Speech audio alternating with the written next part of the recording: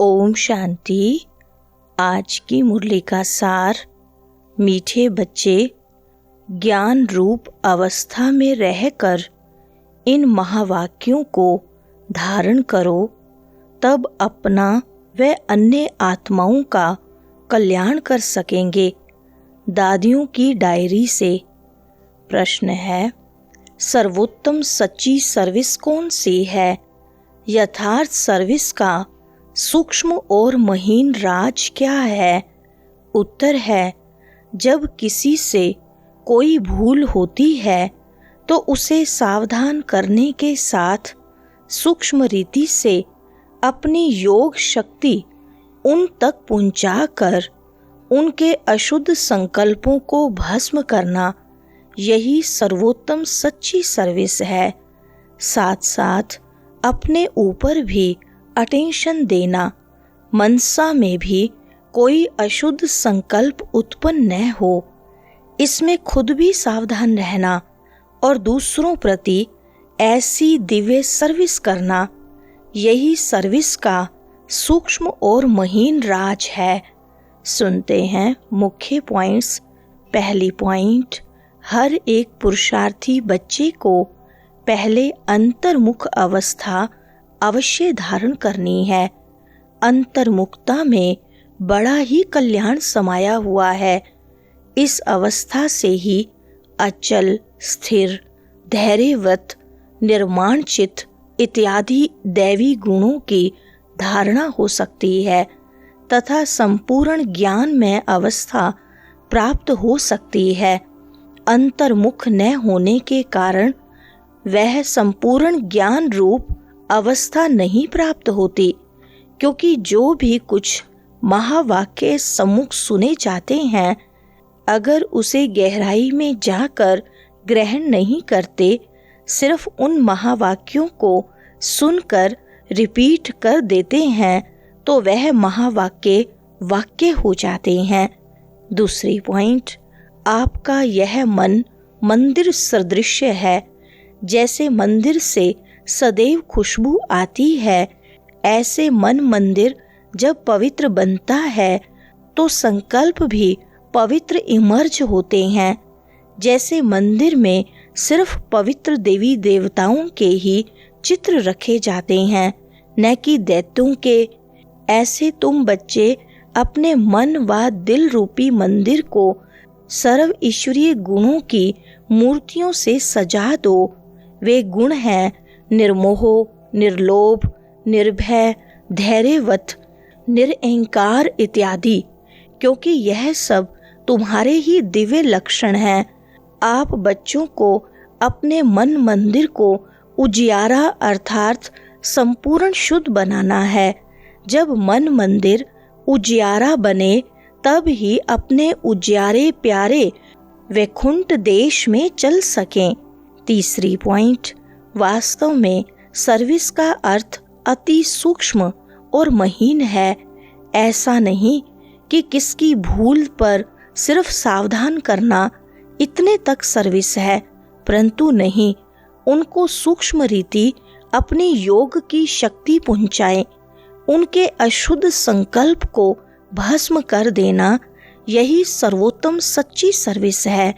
और साथ साथ अपने ऊपर भी अटेंशन रखना है, न सिर्फ वाचा अथवा कर्मणा तक, मगर मनसा में भी कोई अशुद्ध संकल्प उत्पन्न होता है तो उनका वाइब्रेशन अन्य के पास जाए, सूक्ष्म रीति अकल्याण करता है, जिसका बोझ खुद पर आता है और वही बोझ बंधन बन जाता है। चौथी पॉइंट, इसलिए हे बच्चों, खुद सावधान रहो, फिर अन्य प्रति वही दिव्य सर्विस करो। यही आप सेवाधारी बच्चों का अलौकिक कर्तव्य है। ऐसी सर्विस करने वालों को फिर अपने प्रति कोई भी सर्विस नहीं लेनी है। भल कभी कोई अनायास भूल हो भी जाए, उसे अपने बुद्धि योग बल से सदैव के लिए करेक्ट कर देना है। ऐसा तीव्र पुरुषार्थी थोड़ा भी इशारा मिलने से शीघ्र महसूस करके परिवर्तन कर लेता है और आगे के लिए अच्छी रीति अटेंशन रख चलता है। यही विशाल बुद्धि बच्चों का कर्तव्य है। 5वें पॉइंट, हे मेरे प्राणों, परमात्मा द्वारा रचे हुए इस अविनाशी राजस्व ज्ञान यज्ञ प्रति तन मन धन को संपूर्ण रीति से स्वाहा करने का राज बहुत महीन है। जिस घड़ी आप कहते हो कि मैं तन मन धन सहित यज्ञ में स्वाहा अर्थात अर्पण हो मर चुका, उस घड़ी से लेकर अपना कुछ भी नहीं रहता। उसमें भी पहले तन मन को संपूर्ण रीति से सर्विस में लगाना है। जब सब कुछ यज्ञ अथवा परमात्मा के प्रति है तो फिर अपने प्रति कुछ रह नहीं सकता।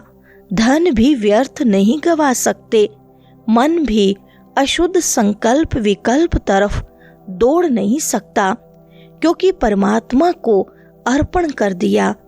6 पॉइंट, स्वयं गोपी वल्लभ तुम अपने प्रिय गोप गोपियों को समझा रहे हैं कि तुम हर एक का वास्तविक सच्चा प्रेम कौन सा है। हे प्राणों, तुम्हें एक दो की प्रेम भरी सावधानी को स्वीकार करना है, क्योंकि जितना प्रिय फूल उतना ही श्रेष्ठ परवरिश।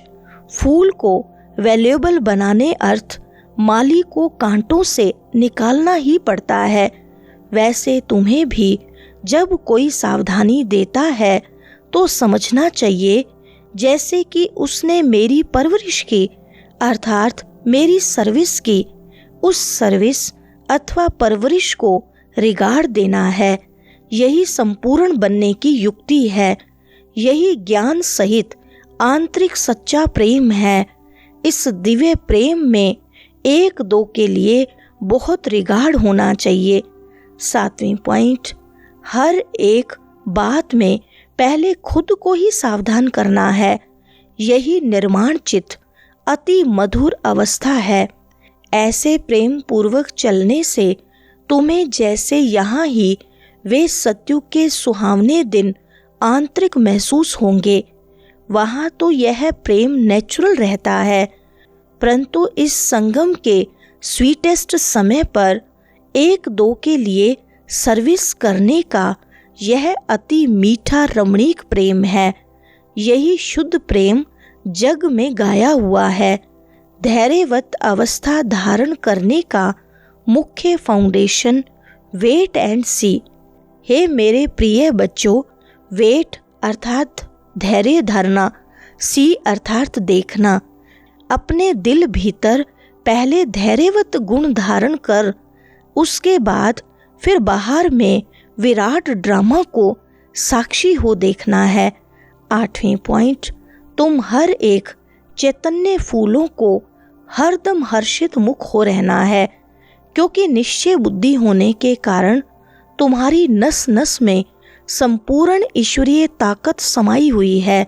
जैसे छोटे निर्दोष बच्चे शुद्ध पवित्र होने कारण सदैव हंसते रहते हैं और अपने रमणीक चरित्र से सबको बहुत खींचते हैं, वैसे तुम हर एक की ऐसी ईश्वरीय रमणीक जीवन होनी चाहिए।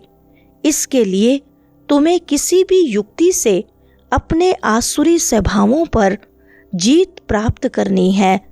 जब कोई को देखो कि यह क्रोध विकार के वश हो मेरे सामने आता है, तो उनके सामने ज्ञान रूप हो बचपन की मीठी रीति से मुस्कुराते रहो, तो वह खुद शांत चित्त हो जाएगा। 9वें पॉइंट, ईश्वर जैसे संपूर्ण ज्ञान रूप वैसे फिर संपूर्ण प्रेम रूप भी है। ईश्वर में दोनों ही क्वालिटीज समाई हुई हैं, परंतु फर्स्ट ज्ञान सेकंड प्रेम। अगर कोई पहले ज्ञान रूप बनने बगैर सिर्फ प्रेम रूप बन जाता है तो वह प्रेम अशुद्ध खाते में ले जाता है। इसलिए प्रेम को इमर्ज कर पहले ज्ञान रूप बन भिन्न भिन्न रूपों में आई हुई माया पर जीत पाकर पीछे प्रेम रूप बनना है। अगर ज्ञान बगैर प्रेम में आए तो कहाँ विचलित भी हो जाएंगे। जैसे अगर कोई ज्ञान रूप बनने के बगैर ध्यान में जाते हैं तो कई बार माया में फंस जाते हैं। 10वीं पॉइंट, साक्षीपन की अवस्था अति मीठी, रमणीक और सुंदर है। इस अवस्था पर ही आगे की जीवन का सारा मदार है। जैसे कोई के पास शारीरिक भोगना आती है, उस समय अगर वह साक्षी सुख रूप अवस्था में उपस्थित हो, उसे भोगता है तो पास्ट कर्मों को भोग चुकता भी करता है और साथ साथ फ्यूचर के लिए सुख का हिसाब भी बनाता है। तो यह साक्षीपन की सुख रूप अवस्था पास्ट और फ्यूचर दोनों से कनेक्शन रखती है। तो इस राज को समझने से कोई भी ऐसे नहीं कहेगा कि मेरा यह सुहावना समय सिर्फ चुकतू करने में चला गया। नहीं, यही सुहावना पुरुषार्थ का समय है, जिस समय दोनों कार्य संपूर्ण रीति सिद्ध होते हैं।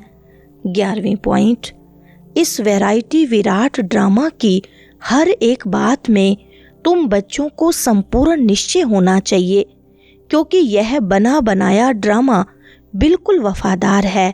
देखो, यह ड्रामा हर एक जीव प्राणी से उनका पार्ट पूर्ण रीति से बजवाता है। भल कोई रोंग है तो वह रोंग पार्ट भी पूर्ण रीति से बजाता है। यह भी ड्रामा की नूंद है। जब रोंग और राइट दोनों ही प्लान में नूंदे हुए हैं तो फिर कोई बात में संशय उठाना यह ज्ञान नहीं है, क्योंकि हर एक एक्टर अपना अपना पार्ट बजा रहा है। जैसे बाइस्कोप में अनेक भिन्न भिन्न नाम रूपधारी एक्टर्स अपनी अपनी एक्टिंग करते हैं, तो उनको देख किससे नफरत आवे और किससे हर्षित होवें, ऐसा नहीं होता है। पता है कि यह एक खेल है जिसमें हर एक को अपना अपना गुड व बेस्ट पार्ट मिला हुआ है। वैसे ही इस अनादि बने हुए बाइस्कोप को भी साक्षी हो एक रस अवस्था से हर्षित मुख हो देखते रहना है। वरदान है, एक ही रास्ता और एक से रिश्ता रखने वाले संपूर्ण फरिश्ता भव। विस्तार है, निराकार व साकार रूप से बुद्धि का संग व रिश्ता एक बाप से पक्का हो तो फरिश्ता बन जाएंगे, जिनके सर्व संबंध व सर्व रिश्ते एक के साथ हैं, वही सदा फरिश्ते हैं। जैसे गवर्नमेंट रास्ते में बोर्ड लगा देती है कि यह रास्ता ब्लॉक है, ऐसे सब रास्ते ब्लॉक कर दो तो बुद्धि का भटकना छूट जाएगा। बाप दादा का यही फरमान है कि पहले सब रास्ते बंद करो, इससे सहज फरिश्ता बन जाएंगे। स्लोगन है, सदा सेवा के उमंग उत्साह में रहना, यही माया से सेफ्टी का साधन है। अच्छा, ओम शांति।